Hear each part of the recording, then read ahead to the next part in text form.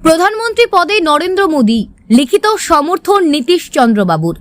নরেন্দ্র মোদীর নেতৃত্বে আস্থা প্রস্তাব পাশ এনডিএর বৈঠকে। দিল্লির মসনদে কে ফের কি ক্ষমতায় ফিরবেন মোদীর নেতৃত্ব বিজেপি সরকার, নাকি বিজেপি বিরোধী মহাজোটের নাম লেখাবেন চন্দ্রবাবু নাইডু এবং নীতিশ কুমার? মঙ্গলবার ফলাফল স্পষ্ট হতেই দেশজুড়ে এই বিষয়ে জোর জল্পনা তৈরি হয়। এমনকি আজ বুধবার এ বিষয়ে রাজনীতির বুকে এ বিষয়ে আলোচনা তুঙ্গে। আর এর মধ্যে বিহারের মুখ্যমন্ত্রী নীতিশ কুমার এবং টিডিপি সুপ্রিমোকে নিয়ে দীর্ঘ বৈঠক সারলেন নরেন্দ্র মোদী, যেখানে একাধিক বিষয়ে পর্যালোচনা হয়। এরপরে সম্ভবত আজই সরকার গঠন নিয়ে রাষ্ট্রপতির কাছে যাবেন এনডিএর শরিকরা। যেতে পারেন নরেন্দ্র মোদী, চন্দ্রবাবু নাইডু, নীতিশ কুমারও। এরপরে আগামী শনিবার সম্ভবত 8ই জুন তৃতীয়বারের জন্য প্রধানমন্ত্রী পদে শপথ নেবেন নরেন্দ্র মোদী। যদিও তার আগে এনডিএ সংসদীয় দলনেতা হিসেবে নরেন্দ্র মোদীর নাম আনুষ্ঠানিকভাবে ঘোষণা করা হবে। এজন্য দেশের এনডিএ সাংসদের দ্রুত দিল্লি আসতে বলা হয়েছে।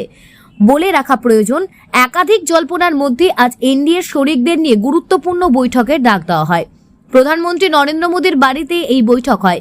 বৈঠকে এনডিএর সাংসদরা আবারও সর্বসম্মতিক্রমে প্রধানমন্ত্রী মোদীকে তাদের নেতা নির্বাচিত করেন। এরপরে প্রস্তাব পাশ হয়, যেখানে 21 জন নেতা স্বাক্ষর করেন TDP supremo Chandrababu Naidu, JDU supremo Nitish Kumar সহ একাধিক নেতা। সূত্রে খবর, বৈঠকে বিহারের মুখ্যমন্ত্রী নরেন্দ্র মোদীকে বলেন, সরকার গঠনে দেরি করবেন না, যাবতীয় প্রক্রিয়া যাতে দেরি না হয় সেই বার্তা দেন বলে জানা গিয়েছে। আর এই বৈঠকের পরেই নরেন্দ্র মোদী এবং এনডিএর শরিকদের ধন্যবাদ জানায় স্বরাষ্ট্রমন্ত্রী অমিত শাহ। গত 10 বছরে দেশের উন্নয়নে যে ধারা বজায় ছিল তা আগামী দিনেও থাকবে বলে সোশ্যাল মিডিয়ায় উল্লেখ করেন বর্ষিয়ান বিজেপি নেতার। উল্লেখ্য, 543 আসনে লোকসভায় ম্যাজিক ফিচারের জন্য প্রয়োজন 273টি। বিজেপি এককভাবে 241টি আসন জিততে চলেছে। এনডিএ জোট 293টি আসন পেতে চলেছে। তবে দীর্ঘ দিন পর দেশের রাজনীতিতে বড় ভূমিকা হতে চলেছে কংগ্রেসের। 99টি আসন কংগ্রেসের ঝুলিতে যেতে চলেছে। শুধু তাই নয়, দীর্ঘদিন পর ফের একবার বিরোধী আসনে বসতে চলেছে রাহুল গান্ধীর দল।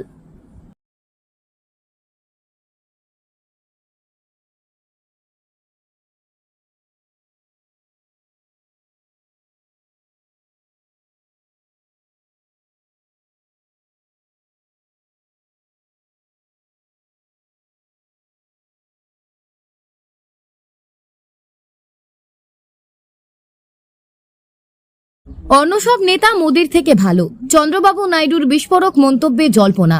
এনডিএ ছাড়তে চলেছে কি টিডিপি? শোরগোল দেশ জুড়ে। চন্দ্রবাবু নাইডুর টিডিপি বা তেলেগু দেশম পার্টি 16 আসন। ইন্ডিয়া ব্লকের নেতারা নাইডুর সঙ্গে যোগাযোগ শুরু করেছেন। মোদীও ফোন করেছেন নাইডুকে। অন্য সব নেতা মোদীর থেকে ভালো, আমরা রাজনৈতিক বাধ্যবাধকতা থেকে অনেক সময় বিজেপির সঙ্গে যোগ দিয়েছি, সেটা অন্য বিষয়। কিন্তু আজ বিষয়টা গণতান্ত্রিক বাধ্যবাধকতা হয়ে দাঁড়িয়েছে। সিবিআই, ইডি, আয়কর দপ্তর সবাইকে নিয়ে হামলা চলছে। সমস্ত প্রতিষ্ঠান ধূলিসাৎ হয়ে গিয়েছে। বিস্ফোরক চন্দ্রবাবু নাইডু। এখানেই শেষ নয়, চন্দ্রবাবু নাইডু আরো বলেন যে ভারত হচ্ছে একটা মহান দেশ। যুক্তরাষ্ট্রীয় পরিকাঠামোর পক্ষে সওয়াল করেন তিনি। সেই সঙ্গে এও বলেন যে মোদী ছাড়াও অন্য কাউকে প্রধানমন্ত্রী হিসেবে বেছে নেওয়া যেতেই পারে। প্রসঙ্গত, লোকসভা ভোটের ফলাফল থেকে এটা স্পষ্ট হয়ে গিয়েছে যে বিজেপি একা সরকার করতে পারবে না। কাজ করেনি মোদী ম্যাজিক। ভোটের আগে মোদী বারবার বলেছিলেন যে ইসবার 400 পার, কিন্তু ফল প্রকাশ হতেই দেখা যায় যে 300 পার করতে পারেনি এনডিএ। একক সংখ্যাগরিষ্ঠতা পায়নি বিজেপি। তাই মোদী যতই দাবি করুক যে তৃতীয় মোদী সরকার গঠন হতে চলেছে, ভোট বাক্সের পার্টি গণিত অবশ্য অন্য কথা বলছে। কারণ এনডিএর হাতে রয়েছে এখন 290 থেকে 293 আসন, যেখানে তার জোট সঙ্গী টিডিপি ও জেডিইউ। তাই এটা বলা যায় যে সরকার গঠনের ক্ষেত্রে বড় ফ্যাক্টর হতে চলেছে চন্দ্রবাবু নাইডু ও নীতিশ কুমার। চন্দ্রবাবু নাইডু টিডিপি বা তেলেগু দেশম পার্টি 16 আসন, আর অন্যদিকে নীতিশ কুমারের জেডিইউ বা জনতা দল ইউনাইটেডের 12 আসন। এখন এই নাইডু ও নীতিশ যদি এনডিএ থেকে বেরিয়ে আসেন, তাহলে এনডিএর আসন সংখ্যা কমে দাঁড়াবে 265-তে, যা কিনা ম্যাজিক ফিগারের নিচে। ওদিকে দিল্লির রাজনৈতিক মহলের খবর, কংগ্রেস সহ ইন্ডিয়া ব্লকের নেতারা ইতিমধ্যে নাইডু ও নীতিশ কুমারের সঙ্গে যোগাযোগ করা শুরু করে দিয়েছেন। তৃণমূল নেত্রী মমতা বন্দ্যোপাধ্যায় নাইডুর কাছে আর্জি জানিয়েছেন যে মোদীকে সমর্থন না করার জন্য। তবে এখনো নাইডু বা নীতিশ কেউই স্পষ্ট করে তাদের অবস্থা বয়ান করেননি, বা তারা কেউই ইন্ডিয়া জোটকে সমর্থন করছেন বলে আশ্বস্ত করেছেন বলেও এখনো কোনো খবর নেই। পাশাপাশি সূত্রে খবর, ইতিমধ্যে মোদী ফোন করেছেন নাইডুকে। এখন দেখার সময় সঙ্গে জল কোন দিকে গড়ায়, কারণ প্রবাদ রয়েছে যে রাজনীতিতে কোনো কিছুই অসম্ভব নয়। গতিবিধি রহস্যজনক। তেজস্বীর সঙ্গে এক বিমানে দিল্লির পথে পল্টুরাম নীতিশ। জাতীয় রাজনীতিতে পল্টুরাম হিসেবে যথেষ্ট খ্যাতি নীতিশ কুমারের। পাল্টি খাওয়ায় ওস্তাদ তিনি। একদা ইন্ডিয়া পুরোদা নিশীথ কুমার ভোটের আগেই শরিক বদলে যোগ দিয়েছিলেন এনডিএতে। ভোট মেটার পর ইন্ডিয়া বিপুল সাফল্যে রহস্যজনক গতিবিধি দেখা গেল নীতিশ কুমারের। ফলাফল প্রকাশ্যে আসার পর আরজেডির শীর্ষ নেতা তেজস্বী যাদবের সঙ্গে এক বিমানে দিল্লি সফর করলেন বিহারের মুখ্যমন্ত্রী। তার এই সফরের কথা প্রকাশ্যে আসার পর স্বাভাবিকভাবেই ভ্রু কুঁচকিত রাজনৈতিক মহলে। প্রশ্ন উঠছে, তবে কি অঙ্ক কষা শুরু করেছে বিরোধী শিবির? 2024-এর লোকসভা নির্বাচনের ফল প্রকাশ আসার পর স্পষ্ট হয়ে গিয়েছে একক সংখ্যাগরিষ্ঠতা থেকে অনেকটাই দূরে বিজেপি।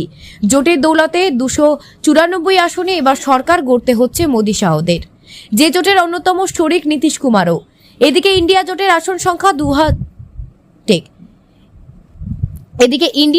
আসন সংখ্যাও 234।